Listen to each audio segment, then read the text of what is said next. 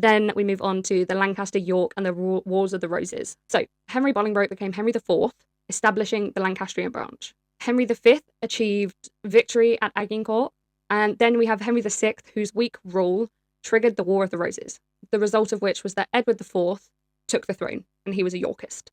Edward V was one of the princes in the Tower who was never crowned. Then there's the whole Richard III thing. Supposedly he killed them.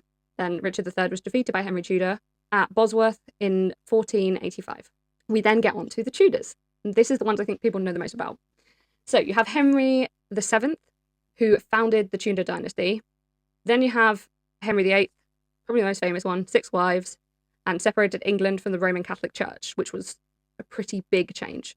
Edward VI was then in charge, and he continued Protestant reforms, but he died very young. We then have Lady Jane Grey, who only ruled for 9 days, which was pretty short. She was a very sad story, actually. She didn't want to be queen. We can do a video on her as well. We then have Mary I, who attempted to restore Catholicism. She was the daughter of Catherine of Aragon, who was devoutly Catholic. And then after her, we have Elizabeth I, who established a more enduring Protestant settlement and died without children. Another very interesting woman. She didn't really do all that much, I'll be honest. We then move on to the Stuarts and the end of absolutist royal power.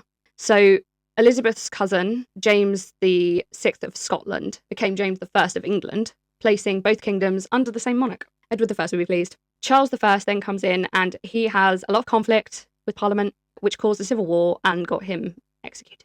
Got his head chopped off. So then England became a republic under Oliver Cromwell, but he was horrific and worse than the monarchy, so they got rid of him, and they then brought back Charles II, who is the party king. If you've watched Royal Histories, I love the people. Other people love me. That guy. He was restored in 1660. We then have James II, who ended up being removed during the Glorious Revolution, and then we have William III and Mary II, who accepted greater parliamentary authority. Then under Anne, England and Scotland became Great Britain in 1707. And this is the point at which English monarchs kind of becomes an inaccurate way to describe them, because they're then monarchs of Great Britain.